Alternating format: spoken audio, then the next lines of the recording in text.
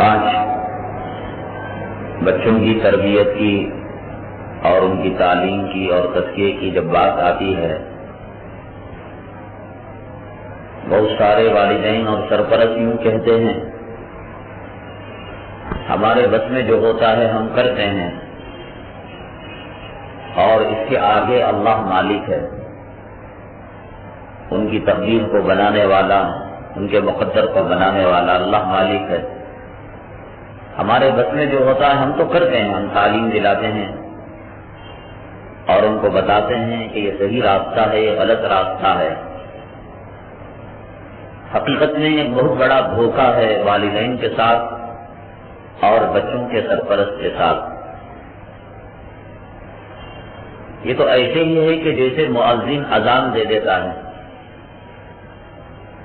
اب اس کے بعد لوگوں کی ذمہ داری، چاہے تو وہ جماعت میں آئیں، چاہے تو نہیں آئیں، چاہے نماز چھوڑے، نماز قضا کرے، انفرادی پڑھے، اجتماعی پڑھے۔ ایسے دین کے معاملے میں صرف زبانی خرچ استعمال کیا جاتا ہے۔ دیکھو بیٹا نماز پڑھ لینا، قرآن پڑھ لینا،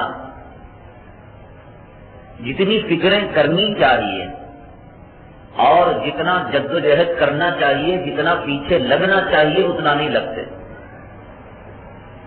بچوں میں عام طور سے کھیلنے کی عادت ہوتی ہے، بچے آگ سے کھیلتے ہیں، بچے پانی سے کھیلتے ہیں اور غلاظت سے کھیلتے ہیں۔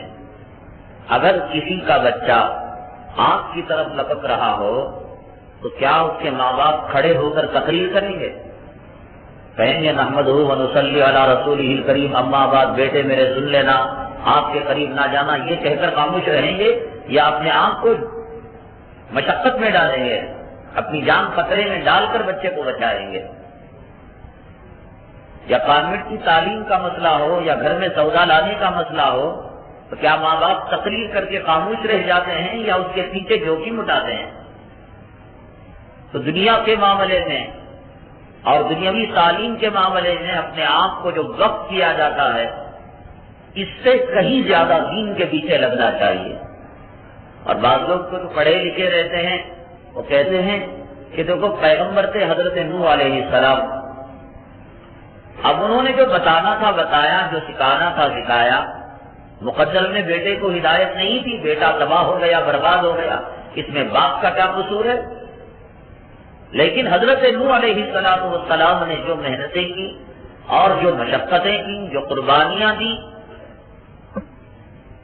اس کا آپ کو اور ہم نے کیا پتا؟ آخر لمحے تک، خدا کے عذاب کے آنے سے پہلے تک بھی حضرت نوح علیہ السلام کو حالانکہ منع کیا گیا تھا کہ آپ کافروں کے بارے میں کوئی سفارش نہ کریں اور ان کے بارے میں ہم سے کوئی ریکویسٹ اور درخواست نہ کریں۔ یہ حضرت نوح علیہ السلام کی اعلیٰ درجے کی تربیت تھی کہ حضرت نوح علیہ السلام مناہی کے باوجود بیٹے کو نصیحت کرنے لگے۔ کتنا انہوں نے جوخم اٹھایا، کتنی مشقت انہوں نے کی۔ کہنے لگے بیٹا آجا کشتی میں سوار ہو جا۔ اس نے کہا صحابی الی جبل یعصمنی من الماء، میں تو جوہی پہاڑ پر چڑھا ہو جاؤں گا۔ اس کے بعد اللہ تبارک تعالیٰ نے حضرت نوح علیہ السلام سے مواخذہ فرمایا۔ اللہ تعالیٰ نے پوچھا قال یا نوح انہ لیس من اہلک انہ عمل غیر صالح فلا تسألنی ما لیس لک بہ علم انی اعظک ان تکون من الجاہلین۔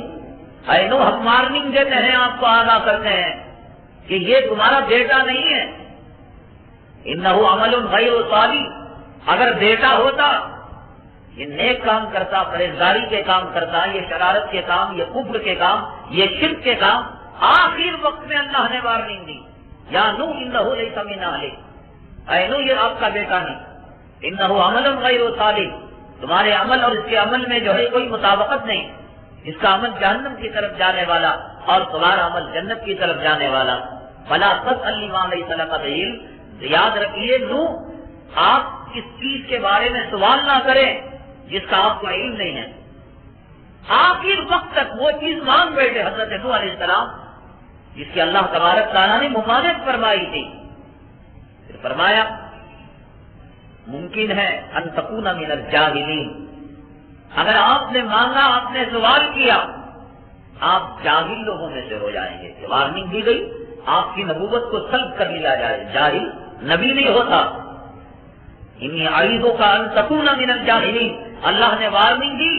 اگر آپ نے آئندہ بیٹے کے بارے میں کوئی کوشچن کیا, کوئی سوال کیا, ان کی تربیت کی کوئی بات کی اور ان کو بچا کر اپنی کشتی میں سوار کرنے کی کوئی بات کی, اللہ نے کہا اعیذ کا, میں آپ کو نصیحت کرتا ہوں ان تکون من الجاہلین, کہ ایسا نہ ہو وہ چیز مانگ کر آپ جاہلوں میں سے ہو جائیں.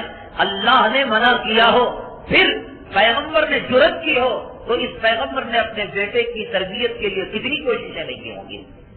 پھر دوسری آیت میں آتا ہے قال رب انی اعوذ بک ان اسألک ما لیس لی بعلم والا تغفر لی وترحمنی اکن من الخاسرین. مولا میں مانتا ہوں کہ مجھ سے خطا ہو گئی, غلطی ہو گئی. آپ نے منع کیا تھا میرے بیٹے کے بارے میں سوال کرنے کے بارے میں اور کشتی میں سوار ہونے کے بارے میں پناہ مانگتا ہوں. وَإِلَّا فَغْفِرْ لِي وَتَرْحَمْنِي, آپ نہیں معاف کریں گے, آپ میرے ساتھ جو ہے رحم و کرم کا معاملہ نہیں کریں گے, اکن من الخاسرین, میں تباہ و برباد ہو جاؤں گا. انسان تربیت کرنے پر آئے. جانوروں میں جانور کہتے ہیں جان رکھنے والی مخلوق کو. یہ گدھا ہے, یہ بھی جانور ہے, یہ بھی جان رکھتا ہے. گائے ہے, یہ بھی جانور ہے. انسان ہے, یہ بھی جانور ہے, یہ بھی جان رکھتا ہے.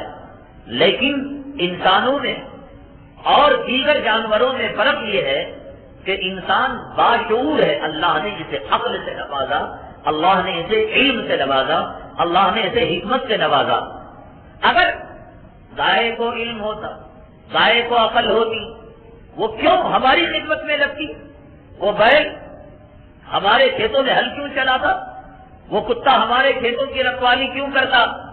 اللہ نے اس کو سمجھ دیا ہوتا, عقل دیا ہوتا. وہ شیر, وہ چیتا جسے ایک لاٹھی کے بل بوتے پر تربیت کر کر اشارے سے نچایا جاتا ہے, اگر اسے پتا چل جائے کہ انسان میرے مقابلے میں کمزور ہے, وہ پھاڑ نہیں کھائے گا. اللہ نے علم عقل کے دروازے پر تالا لگا دیا.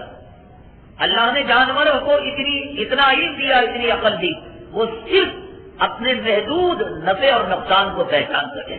وہ انسان کی حد تک نہ آئے. انسان اسے کاٹے, انسان اس کا چمڑا استعمال کرے, انسان اس کا شکار کرے, انسان اسے پنجرے میں رکھے. انسان کے معاملے کو چھوڑ کر صرف اپنے نفع اور نقصان کی حد تک اللہ تبارک تعالیٰ نے ہر مخلوق کو علم دے دیا. چوہے کے پیٹ سے پیدا ہوتا ہے, اللہ نے اسے علم دے دیا کہ تیری دشمن جو ہے بلی ہے. نہ تو کسی اسکول میں پڑھتا ہے, نہ کسی کالج میں داخلہ لیتا ہے. بلی کو پتا ہوتا ہے کہ کتا اس کا دشمن ہے, کتے کو پتا ہوتا ہے کہ بھیڑیا اس کا دشمن ہے, بھیڑیا کو پتا ہوتا ہے کہ شیر اس کا دشمن ہے, شیر کو پتا ہوتا ہے کہ انسان میرا شکار کر سکتا ہے. ہر مخلوق کو اللہ تبارک تعالیٰ نے اپنی حد تک نفع اور نقصان کا علم سے دے دیا, لیکن انسانی معاملات میں مداخلت کرنے کی کسی کی مجال نہیں. رات میں سو رہا ہے گھوڑا, اچانک جنگ کا میدان قائم ہو گیا, آپ گھوڑے کو جگائیے اور گھوڑے پر بیٹھیے, ہتھیار لے کر چلے جائیے. عقل ہوتی تو وہ نہیں کہتا, زبان ہوتی تو نہیں کہتا ارے یار میں چلا جاؤں گا, کیوں مرنا, مجھے کیوں مرواتا ہے, تو شکست کھا جا, مجھے میرے بچوں کو یتیم کیوں کرتا ہے. اللہ تبارک تعالیٰ نے انہیں بے عقل اسی لیے رکھا کہ انسان ان کو استعمال کر سکے. انسان جب بے عقل بے علم جانوروں کی تربیت کر سکتا ہے اور انہیں اپنی زبان سکھا سکتا ہے. کیا طوطا انسان کی بولی نہیں بولتا؟ کیا مینا انسان کی بولی نہیں بولتا؟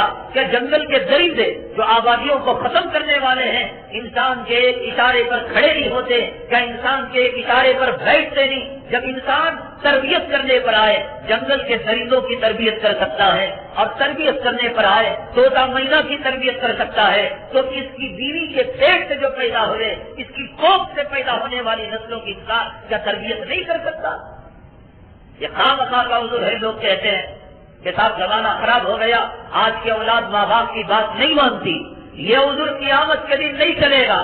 اللہ نے کلام پاک میں اصول بنایا ہے, لا یکلف اللہ نفسا الا وسعها. اللہ تبارک تعالیٰ انسان کو اتنی ہی جو ہے اللہ تعالیٰ مکلف کرتے ہیں جتنا کہ اس میں طاقت ہے اور طاقت ہے. اگر ماں باپ کو اولاد کی تربیت کرنے کا حق نہیں ہوتا اور نہیں کر سکتے, تو قیامت کے دن اللہ تبارک تعالیٰ یہ سوال و جواب ہی نہیں رکھتے۔ ایک کسان جب جو ہے اپنی زمین کے اندر کوئی فصل بوتا ہے، خود رو پودے اگ جاتے ہیں، جنگلی درخت اگ جاتے ہیں، کسان اس کی کٹائی کرتا ہے، اپنے فصل کی حفاظت کرتا ہے۔ انسان کو ہر میدان میں علم ہے، عقل ہے، سمجھ ہے۔ ایک اولاد کا معاملہ ہے کہ اس معاملے میں آ کر ماں بھی ہار جاتی ہے، باپ بھی ہار جاتا ہے۔ اور جیسے کہ میں نے کہا، ایک مخلوط سوسائٹی میں اور ایک مخلوط سماج میں، ایک ملے جلے معاشرے میں رہنے کی وجہ سے ہم وہی کام کرتے چلے آ رہے ہیں جو ہندوستان کے اور باشندے، کافر، مشرک، یہودی، عیسائی یہ کر رہے ہیں۔ بغیر کسی شعور کے، بغیر کسی احساس کے ہم وہ کام کرتے چلے آ رہے ہیں۔ وہ کیا کرتے ہیں؟ بچہ بیمار ہوا، ڈاکٹر کے پاس لے گئے تو ہم بھی لے گئے۔ وہ کیا کرتے ہیں؟ کھانا ٹھوس کر کھلاتے ہیں اور یہ سمجھتے ہیں جتنا اس کے پیٹ میں روٹیاں چلی جائیں گی، گوشت چلا جائے گا، یہ بہادر بن جائے گا، یہ نوجوان بن جائے گا، طاقتور بن جائے گا، یہ قوم کو فتح کر لے گا، یہ اسلام کا جھنڈا لہرانے کی یہی ماں ساری دنیا کی مائیں کرتی ہیں، مسلمان کی ماں یہ کام کر رہی ہے۔ ساری دنیا کے باپ کھلونے لا کر دے رہے ہیں، مسلمان کھلونے لا کر دے رہا ہے۔ یہ اتنے حدیث سے نہیں سیکھا، یہ اتنے قرآن سے نہیں سیکھا، یہ کبھی کسی سے پوچھا نہیں۔ بچے 1 سال کی عمر تک جو کام کرنا ہے وہ کرتے ہیں، ماں باپ اس کے ساتھ وہی کام کرتے ہیں۔ 5 سال کی عمر تک جو کام کرنا ہے، ماں باپ اس کے ساتھ وہی رویہ برتتے ہیں۔ جوان ہونے کے بعد جو کام کرنا ہے، ماں باپ اس کے ساتھ دنیا والے جو کام کرتے ہیں وہی کام کرتے ہیں۔ کیا فرق رہ جاتا ہے ایک مسلمان کے اندر، ایک غیر مسلم کے اندر؟ کافر کی تربیت میں اور مسلمان کی تربیت میں کیا کوئی فرق نہیں ہے؟ کیا کوئی تمیز نہیں ہے؟ اسی طرح سینکڑوں چیزیں، تجارت کا معاملہ، زمینوں کی خریداری کا معاملہ، کپڑوں کی خریداری کا معاملہ، سواریوں کی خریداری کا سب ایسے دنیا میں بھاؤ ہے، بازار ہے اور معاملہ ہے، ایسے مسلمان کر رہا ہے۔ اور اسی طرح شادی بیاہ کے معاملے کے اندر بھی ساری دنیا کے لوگ جو کرتے ہیں، پہلے بداوت کو پکڑتے ہیں، ایک اچھے تگڑے رشوت خور، سود خور، کمانے والے، اور جس کی اماں مر گئی ہو، باپ مر گیا ہو، جس کے بھائی بہن کمزور ہو، ایسے ایک ہٹے کٹے نوجوان کا شکار کرتے ہیں۔ یہ دنیا والے کرتے ہیں، مسلمان بھی یہ نہیں کر رہا ہے۔ اور لڑکی والے کمانے والے کو دیکھتے ہیں اور لڑکے والے دیکھتے ہیں کہ ایسی عورت آئے جو عورت ہماری عزت بنے، ہماری نام بنے، ہماری سوسائٹی کا مسئلہ بنے، جو چلے ساری دنیا کے زانی اس کی طرف نگاہ اٹھا کر دیکھیں، جو ہے معاشرت کرے تو ایک قابل فخر کارنامہ ہو۔ یہاں سوچنے کا یہ انداز اور وہاں سوچنے کا وہ انداز۔ پھر اولاد کیوں کر کوئی محمد بن قاسم پیدا ہوگی، پھر اولاد کوئی سلطان صلاح الدین ایوبی جیسے کیسے پیدا ہوگی؟ یہاں بھی سوچنے کا انداز غلط ہے اور وہاں بھی سوچنے کا انداز غلط ہے۔ دونوں طرف لڑکے والے بھی لڑکیوں کا جو معیار ہے انہوں نے بالکل غلط معیار بنا لیا ہے۔ لڑکی والے بھی لڑکے کے انتخاب کا جو معیار ہے بالکل گھٹیا قسم کا۔ ادھر دولت ہی دولت، کمانا ہی کمانا، اور ادھر فلموں کی چھاپ، ڈرامے کی چھاپ، ہیروئن کی چھاپ۔ ایسے معلوم ہو کہ خاندان میں کسی کی موتا ہو جائے اور اس کی جورو جائے تو سارے لوگ اس کی طرف نگاہ اٹھا کر دیکھیں اور کہیں فلاں فلم میں کام کرنے والی حرام زادی کی طرح یہ عورت ہے، فلاں فلم میں کام کرنے والی رنڈی کی طرح یہ عورت ہے۔ ادھر یہ سوچ لڑکیوں کے تعلق سے، اور ادھر عمریں 35 سال ہو گئی اور ڈگریوں پر ڈگریوں کے انبار لگ گئے، غریب یہاں پر شادی کرنے کے لیے جو ہے مر رہا ہے۔ نہیں، تیرے چہرے پر داڑھی ہے، تیری کمائی کم ہے، تیری آمدنی کم ہے، تیرا مکان ذاتی نہیں ہے، تیرے باپ کی کوئی پراپرٹی نہیں ہے، تیرا خاص کوئی بزنس نہیں، فٹ پاتھ پر بزنس کرتا ہے۔ کیا نبی نے یہ معیار امت کو دیا تھا کہ تم ایک حرام خور کے اپنی لڑکی حوالے کر دو، رشوت خور کے حوالے کر دو؟ نبی نے یہ معیار دیا تھا کہ لڑکی دیتے وقت دیکھو کہ اس کا ذاتی مکان ہے یا کرائے کا مکان ہے۔ کون دیکھتا ہے تقوی کو؟ کون دیکھتا ہے پرہیزگاری کو؟ اور جو ذلیل قسم کے لوگ اب بھگت رہے ہیں، جنہوں نے محبت میں شادی کر لی کسی رنڈی نما لڑکی سے، کم اب تو عبرت نہیں حاصل کرتے کہ جو گناہ کی سزا میں بھگت رہا ہوں کم سے کم میری اولاد وہ سزا نہ بھگتے. وہی سوچ اپنے گناہ کرنے کے بعد ساری زندگی اجیرت بن گئی، عذاب بن گئی. کیسے عذاب بن گئی؟ اللہ تبارک تعالیٰ نے کلام پاک میں شادی کا جو فائدہ بیان فرمایا. اب تو شادی شدہ جوڑے اپنی شادی کی ڈکشنری لے کر ڈھونڈے، وہ چیز نہیں ملتی جو اللہ نے کلام پاک میں شادی کا جو مقصد بیان کیا. ایک افسانہ معلوم ہوتا ہے، جیسے خواجہ اجمیری رحمت اللہ علیہ نے ایک پنڈت کے خلاف اپنے چپل کو حکم دیا، چڑھاوے کو حکم دیا، ہوا میں اڑا. ایک افسانہ ہے، اس لیے کہ ہمارے جسموں پر بیٹھنے والا مچھر ہٹتا نہیں، اور خواجہ اجمیری رحمت اللہ علیہ کا چڑھاوا اڑنے لگا اور جا کر پنڈت کے سر پر پھٹنے لگا. جیسے وہ افسانہ اللہ نے شادی کی جو باتیں کلام پاک میں بیان فرمائی، جناب محمد رسول اللہ صلی اللہ علیہ وسلم نے شادی کے جو ریزلٹ اور شادی کے جو نتیجے بیان فرمائے، ایک چیز آج شادی شدہ جوڑے میں نہیں ملتی. وَمِنْ آيَاتِهِ أَنْ خَلَقَ لَكُم مِّنْ أَنفُسِكُمْ أَزْوَاجًا لِتَسْكُنُوا إِلَيْهَا وَجَعَلَ بَيْنَكُم مَّوَدَّةً وَرَحْمَةً. اللہ نے کہا تو اللہ کی نشانیوں میں سے یہ ہے، اللہ نے تم ہی میں سے تمہارے جوڑوں کو پیدا کیا اور تمہارا جوڑا بنایا، اور جوڑا بنانے کے بعد تم دیکھو گے کہ تمہاری زندگی میں سکون آ گیا ہوگا. اب تو لوگوں نے لطیفے بنائے ہیں، اخبارات میں کالموں میں لطیفے آتے ہیں. ایک شادی شدہ عورت کی پہچان یہ ہے کہ اگر وہ ہندو ہو تو وہ سندور وہ ماتھے میں وہ جو ہے وہ مانگ کے اندر جو ہے سندور ڈالتی ہے، وہ کلر کا جو ہے کچھ کیمیکل استعمال کرتی ہے. اور اگر مسلمان عورت وہ لچھا استعمال کرتی ہے. تو لطیفے کے طور پر لوگ کہتے ہیں مرد کی پہچان کیا ہے کہ مرد شادی شدہ. تو جواب میں یہ کہا جاتا ہے جس مرد کے چہرے پر پریشانی ہو اور چہرے پر جھریاں ہو اور پسینے سے شراب ہو. قرآن نے کہا لِتَسْكُنُوا إِلَيْهَا، شادی کے بعد پوری پریشانیاں ختم. اور آج یار لوگ کہتے ہیں کہ شادی کا مطلب پریشانی، یار لوگ کہتے ہیں شادی کا مطلب مصیبت. کتنے لوگ ہیں زنا کر کر اپنی زندگی ختم کر رہے ہیں اور شادی کے نام سے کام رہے ہیں. ان حرامی شادی شدہ جوڑوں کو دیکھ کر، ان جوڑوں کے غلاموں کو دیکھ کر کہ کہیں شادی کے بعد ایسی ہی غلامی ہمیں بھی نہ کرنی پڑے. ہزاروں نوجوان عمریں ہو چکی ہیں، زنا میں ملوث ہیں. انہوں نے یہ سمجھ لیا کہ شادی کا مطلب شاید یہ ہوگا کہ شادی کے بعد مصیبت آئے گی. اللہ جھوٹا ہے جو اللہ نے کہا وَمِنْ آيَاتِهِ أَنْ خَلَقَ لَكُم مِّنْ أَنفُسِكُمْ أَزْوَاجًا لِتَسْكُنُوا إِلَيْهَا. ہم نے تمہیں میں سے تمہارے جوڑے پیدا کیے، اور یہ جوڑے اس لیے پیدا کیے کہ ان سے سکون ملتا ہے. کہاں ہے سکون؟ یہ خلا کے مطالبہ، یہ طلاق کے جھگڑے، یہ روز روز کے آفتیں مصیبتیں، یہ زمین کو سر پر اٹھا لینا، آسمان کو سر پر اٹھا لینا. ارے آج کا شوہر تو اسی میں عافیت سمجھتا ہے کہ جتنا دیر سے وہ گھر میں جائے اتنا کم مصیبت ہوتا ہے. یہ ترجمہ ہے شادی کا، یہ ترجمہ ہے اس آیت پاک کا. سکون کا یہ معنی اور مطلب ہے لِتَسْكُنُوا إِلَيْهَا وَجَعَلَ بَيْنَكُم مَّوَدَّةً وَرَحْمَةً. اللہ نے کہا ایک تو سکون ملے گا، دوسرے مودت ملے گی، یعنی محبت ملے گی. ماں سے مامدہ مل سکتی ہے، باپ سے شفقت مل سکتی ہے، دوستوں سے یاری مل سکتی ہے. اللہ نے کہا بیوی سے ایک قسم کی جو مودت ملتی ہے وہ ماں کی مامدہ میں بھی نہیں مل سکتی. اللہ نے کہا ہم نے پیدا کیا ہے. علاؤدین کا چراغ لے کر ڈھونڈو، اگر کسی کی شادی ہو کر 40 سال ہوئے، کسی کی شادی ہو کر 30 سال ہوئے، کسی کی شادی ہو کر 10 سال ہوئے، یہ جو اللہ نے بیان کیا کہ سکون ہے، مودت ہے، رحمت ہے، علاؤدین کا چراغ دن کے اجالے میں 12 بجے لے کر ڈھونڈو، کہیں مل تو جائے یہ سکون و مودت. اور اللہ تو جھوٹا نہیں جو یوں کہا کہ شادی کے بعد یہ چیزیں ملا کرتی ہیں، نہیں مل رہی ہے.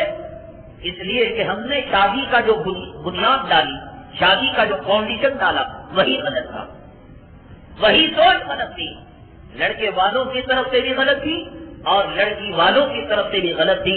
کون تقوی کو معیار بناتا ہے، کون طہارت کو معیار بناتا ہے، کون رزق حلال کو معیار بناتا ہے، کون نماز کو معیار بناتا ہے. کوئی لڑکا آج کا من چلا کہتا ہے اجی مجھے نمازی لڑکی چاہیے، کوئی کہتا ہے ایسی لڑکی چاہیے زندگی میں کبھی اس نے سنیما نہ دیکھا ہو، ماڈرن سے ماڈرن امریکہ کی گرین کارڈ ہولڈر لڑکی چاہیے اسے، ایک نمبر کا بھکاری ہوگا، ایک نمبر کا فقیر ہوگا، لڑکی کے جو ہے غلامی کر کر اس کی روزی کو کھانا چاہے گا۔ اب یہ معیار ہوگا، اولاد کی کیا تربیت ہوگی؟ ادھر لڑکی والوں کا یہ معیار کئی ایسا نہیں ہوتا کہ لڑکی پرہیزگار ہے، متقیہ ہے، دیندار ہے۔ کئی لڑکیاں ہم سے پوچھتی بھی ہیں کہ اب تک شادی ہونے سے پہلے ہمارے ماں باپ نے ہمیں پردے میں رکھا، غصے میں رکھا، نقاب میں رکھا، ہماری ہتھیلیاں ہم نے پردے میں رکھی، پیر کے پنجے پردے میں رکھے، لیکن شوہر کہتا ہے کہ پردے کو نکال دو۔ اس لیے کہ ماں باپ نے یہ سوچا اونچی کوالٹی کا، اعلیٰ معیار کا، اونچا کمانے والا شوہر اب مرو، پہلے ہی دن اس نے پردے کو رخصت کر دیا، حیا کو رخصت کر دیا، شرم کو رخصت کر دیا۔ یہ ہمارے اکابرین کا شیوا نہیں تھا، یہ ہمارے صحابہ کرام کا شیوا نہیں تھا۔ آپ جانتے ہیں پچھلے زمانے میں جو عمرا ہوا کرتے تھے اور جو حکما ہوا کرتے تھے، جو امیر المؤمنین ہوا کرتے تھے، رات میں ساری مخلوق سو جاتی اور امیر المؤمنین جگ کر قوم کی حالت کو جانا کرتا تھا، برقع کرتا تھا، فقیرانہ لباس پہن کر گلیوں میں پھرتا، کہیں رونے کی آواز تو نہیں، کہیں پریشانی کی آواز تو نہیں، کہیں کسی یتیم کی صدا تو نہیں۔ حضرت سیدنا امیر المؤمنین حضرت عمر بن الخطاب رضی اللہ تعالیٰ ایک مرتبہ ایسے ہی دیکھنے جا رہے تھے، ایک گھر میں ایک بوڑھی اماں اور بیٹی آپس میں گفتگو کر رہی تھی، کہہ رہی تھی حضرت عمر رضی اللہ تعالیٰ عنہ نے حکم دے رکھا تھا کہ دودھ حاصل کرنے والے دودھ کو لا کر جمع کر دیں، ان کی رقم ان کو دے دی جائے گی۔ جیسے بنگلور ڈیری والے دودھ خریدتے ہیں کسانوں سے اور گائے پالنے والوں سے، بھینس پالنے والوں سے دودھ خریدتے ہیں، تو ممکن ہے حضرت عمر فاروق رضی اللہ تعالیٰ عنہ نے کوئی ڈیری بنائی ہو اور لوگوں سے آپ جو ہے دودھ خریدتے ہوں۔ اب اس زمانے میں کوئی سائنٹیفک آلہ نہیں تھا کہ دودھ میں کتنا پانی ملا ہوا ہے، اس لیے مکار، عیار اور خیانت کرنے والے دودھ میں پانی ملا دیا کرتے تھے۔ رات تھی، سناٹا تھا، بند کمرہ تھا، اماں بیٹی سے کہہ رہی تھی کہ دیکھ غربت بہت آ گئی، افلاس اور فقر فاقہ بہت آ گیا، ذرا سا پانی ملا دے۔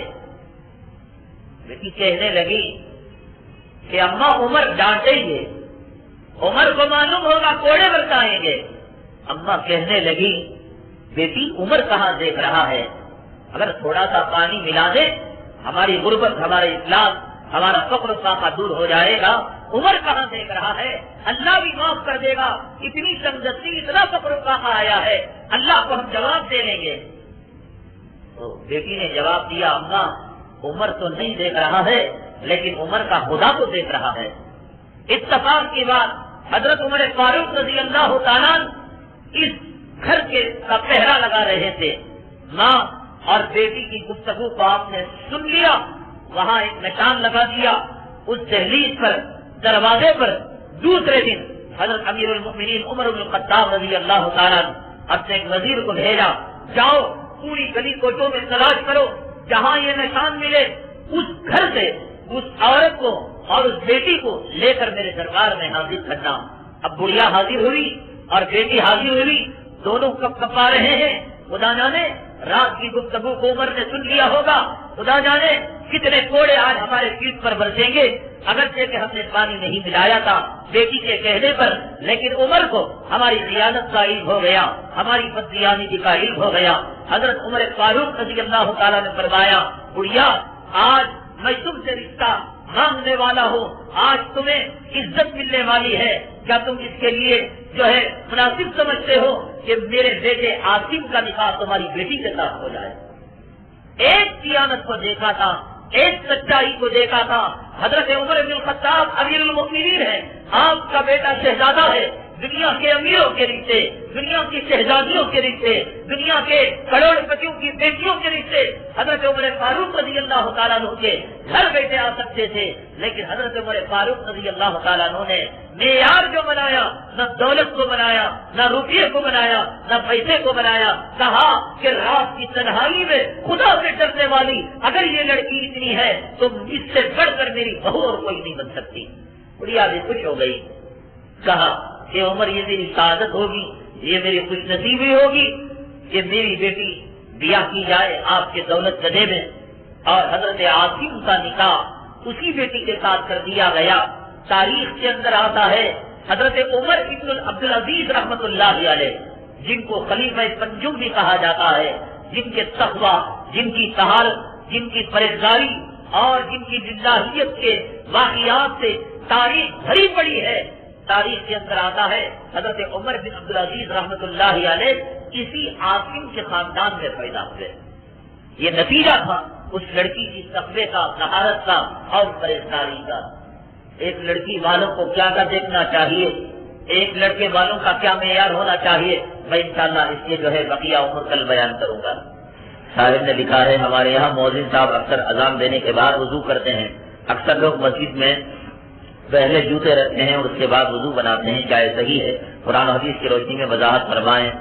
اکثر اذان جو دینا چاہیے اذان کے آداب میں کہ وضو کر کر ہی اذان دینا چاہیے، لیکن کبھی اذان کا وقت تنگ ہو جائے تو اکا دکا ایمرجنسی کبھی بغیر وضو کے اذان دے سکتے ہیں، ایسی کوئی بات نہیں، لیکن اس کی عادت بنا لینا یہ مکروہ ہوگا اور یہ آئندہ بے ادبی وہ گناہ تک پہنچ سکتی ہے۔ یہ لکھا ہے کہ مسجد میں جوتے رکھتے ہیں پہلے اور بعد میں نماز جو ہے وضو کرنے کے لیے جاتے ہیں، اگر ضرورت ہو مسجد کے کسی کونے میں جوتے کا ڈبہ ہو وہاں پر اگر کوئی رکھ سکتا ہے تو رکھ سکتا ہے، کوئی حرج نہیں ہے۔ اس میں انہوں نے لکھا ہے کہ گالی دینا تہذیب کے خلاف ہے اور ہمارا دین اسلام میں بھی تہذیب کی بڑی پابندی ہے، اور انہوں نے لکھا ہے کہ بیانوں میں ایسے کلمات استعمال ہوتے ہیں، قرآن و حدیث کی روشنی میں وضاحت فرمائیں۔ یہ کوئی نئے اسٹوڈنٹ معلوم ہوتے ہیں، نئے طالب علم معلوم ہوتے ہیں، یہ پرانا گھسا پیٹا سوال ہے، ہزاروں مرتبہ اس چیز کا جواب دے دیا گیا ہے۔ پھر ایک مرتبہ میں اس بات کو میں آپ کو دوبارہ دہراتا ہوں کہ گالی تو کسی کو نہیں دی جاتی۔ قرآن شریف میں جہاں خنزیر کہا گیا ہے، قرآن شریف میں جہاں شراب کا لفظ استعمال ہوا ہے، قرآن شریف میں جہاں کتے کا لفظ استعمال ہوا ہے، 8ویں پارے میں اللہ نے مثال دیتے ہوئے برے لوگوں کی کہا فَمَثَلُهُ كَمَثَلِ الْكَلْبِ، برے لوگوں کی مثال کتے کی طرح ہے۔ تو اس چیز کو بڑی سختی کے ساتھ اور لوگ پردے کے ساتھ بیان کرتے ہیں، لیکن ہم اسی چیز کو کھول کر بیان کر دیتے ہیں۔ جو لوگ عادی نہیں ہوتے ان لوگوں کو اچنبھا لگتا ہے۔ اب الحمدللہ پورے ہندوستان کے علماء اس مزاج کو پسند کر رہے ہیں، اب پھر پورے ہندوستان کے علماء کہہ رہے ہیں کہ اب یہ زبان استعمال ہونی چاہیے، اس لیے کہ باطل جس شد و مت کے ساتھ آتا ہے اسی شد و مت کے ساتھ اس باطل کا دفاع بھی کرنا چاہیے۔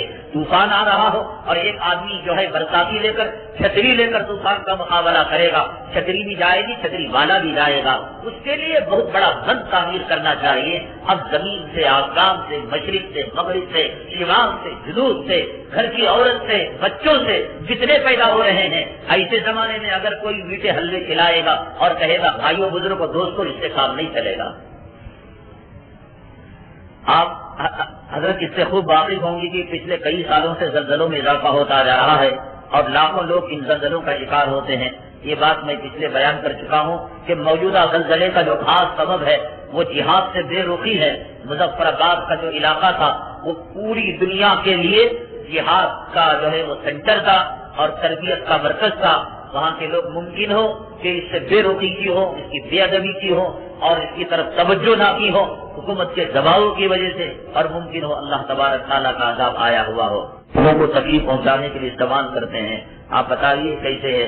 میں نے بتایا قرآن شریف کا آیتوں کا استعمال بزرگان دین کے جو مجرب عملیات ہیں، جیسے حضرت تھانوی رحمۃ اللہ علیہ کی کتاب ہے قرآنی عملیات، اس میں حضرت نے قرآن شریف کی کن کن آیتوں سے کیا کیا فائدہ ہو سکتا ہے، ان اصول کے مطابق، ضوابط کے مطابق، آداب کے مطابق اگر کوئی کرتا ہے تو وہ کرنے کی اس کو اجازت ہے۔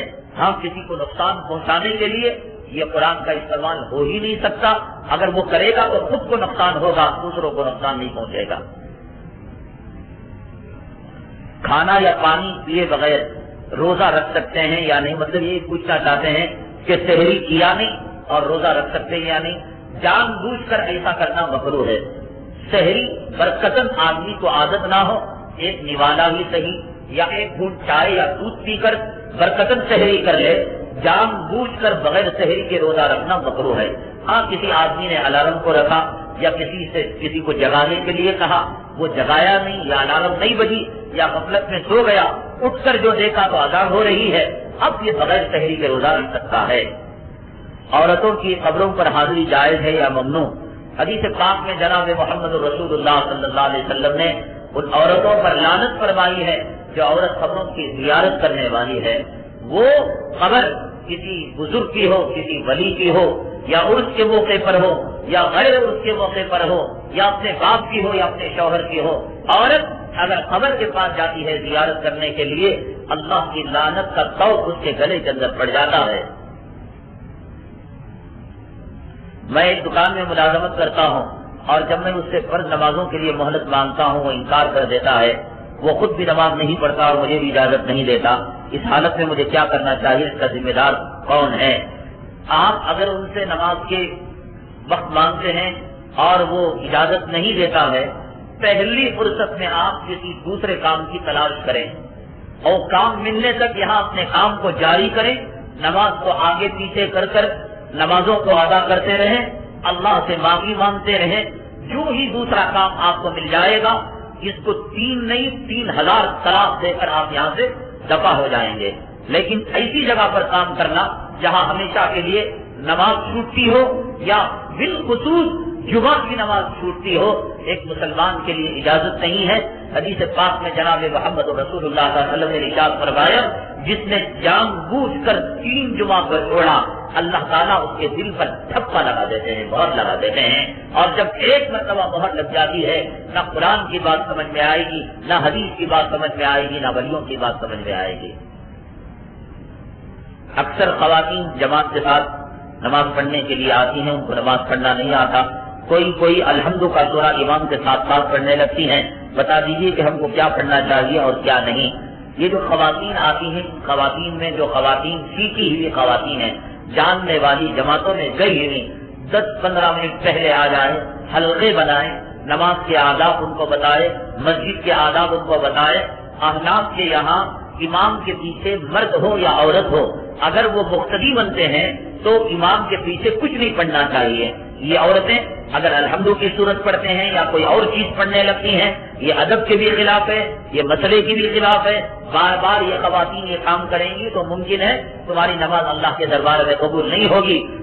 نماز میں بالکل خاموش کھڑے ہونا ہے، آپ کو کچھ نہیں پڑھنا ہے، ہاں رکوع میں پڑھنا ہے، سجدے میں پڑھنا ہے، التحیات پڑھنا ہے، قرات امام کے پیچھے نہیں کرنا ہے۔ تکبیر ختم ہونے سے پہلے ہی رکوع اور سجدے میں چلے جاتے ہیں۔ عورتیں بیچاری سال میں ایک مرتبہ آتی ہیں، لہذا ان کو جماعت کے احکامات معلوم نہیں، امامت اور اقتداء کے احکامات معلوم نہیں۔ اگر وہ کر بھی لیتی ہیں اور اصلاح کر لیتی ہیں تو انشاءاللہ اللہ تبارک تعالیٰ ان کو معاف کر دے گا۔ عورت تو عورت، کئی مرد حضرات ایسے ہیں جو امام کے رکوع جانے سے پہلے رکوع میں چلے جاتے ہیں اور امام کے سجدے میں جانے سے پہلے چلے جاتے ہیں۔ حدیث کے اندر بڑی سخت وعید بیان کی گئی ہے، سخت وعید۔ میں نے بتلایا بعض عمل دیکھنے میں بہت چھوٹے ہیں لیکن اللہ تعالیٰ کے یہاں بڑی سخت گرفت ہوتی ہے ان عملوں کے بارے میں۔ ان میں سے ایک عمل یہ بھی ہے، بارہا کہنے کے باوجود پاجامہ، پینٹ، لنگی جو تخنے سے نیچے لٹکاتا ہے، اللہ اس کے وضو کو بھی قبول نہیں کرتے، اس کی نماز کو بھی قبول نہیں کرتے۔ عمل بالکل چھوٹا، کوئی حیثیت نہیں ہے، لیکن اگر کوئی عمل کرتا ہے، ساری 20 رکعت تراویح بیکار، 4 رکعت فرض بیکار، 3 رکعت وتر بیکار، ساری نماز اخارت چلی گئی۔ اس لیے آپ نماز کے لیے مخصوص جوڑا رکھیے، جو جوڑا آپ کا جو پینٹ ہو یا پاجامہ ہو یا لنگی ہو، آپ تخنے سے اوپر پہنیں۔ عورتیں یاد رکھیں یا مرد یاد رکھیں، نماز کے اندر امام سے پہلے رکوع کرنا، سجدہ کرنا دیکھنے میں ایک معمولی عمل ہے لیکن اتنا خطرناک گھنونا جرم ہے۔ حدیث پاک میں آتا ہے، جناب محمد رسول اللہ صلی اللہ علیہ وسلم نے فرمایا، ممکن ہے اللہ تبارک تعالیٰ اس کے چہرے کو گدھے کے چہرے میں نہ بدل دے۔ بہت سخت وعید ہے۔ اور اسی طرح جو لوگ نماز میں ادھر ادھر دیکھتے رہتے ہیں، انسپیکشن کرنے لگتے ہیں، کون 2 رکعت کے بعد آیا، کون 4 رکعت کے بعد آیا، پہلی رکعت کتنی لمبی ہوئی، دوسری رکعت کتنی لمبی ہوئی۔ حدیث پاک میں بڑی سخت وعید بیان فرمائی، کہا گیا ممکن ہے اللہ تبارک تعالیٰ تمہارے آنکھوں کی بینائی کو چھین لے گا، اللہ تمہیں اندھا بنا دے گا، ممکن ہے تمہاری بصارت کو چھین لے گا۔ یا لوگ نماز جنازہ میں کیا کرتے ہیں، امام اللہ اکبر منڈی اتنی بڑی اوپر اٹھاتے ہیں آسمان کی طرف، نہ منڈی اٹھانا ہے نہ نگاہ کو اٹھانا ہے۔ نماز جنازہ بھی نماز ہے، اس کے بھی وہی آداب ہیں جو نماز کے آداب ہیں۔ اگر نماز جنازہ میں آپ اپنے چہرے کو آسمان کی طرف اٹھاتے ہیں یا نگاہ کو آسمان کی طرف اٹھاتے ہیں، یہ اتنا ہی بڑا جرم ہے جتنا کہ نماز کے اندر آپ جو ہے نگاہ کو اٹھاتے ہیں۔ تو اللہ اکبر امام جو کہتا ہے وہ یہ بتانے کے لیے پہلے اللہ اکبر پر ثنا ختم ہو گئی، دوسرے اللہ اکبر پر درود ختم ہو گیا، تیسرے اللہ اکبر پر جو ہے دعا ختم ہو گئی، چوتھے جو ہے سلام پھیرا جا رہا ہے۔ یہ بتانے کے لیے، قتل کرنے کے لیے پہلا اللہ اکبر تکبیر تحریمہ، اس کے بعد کا ہر اللہ اکبر پہلی دعا کے ختم کا اعلان ہے۔ نہ ہم اپنی منڈی کو اوپر اٹھانا ہے نہ نگاہ کو اٹھانا ہے، بلکہ پہلی چیز کو ختم کر کر دوسری چیز کو شروع کرنا ہے۔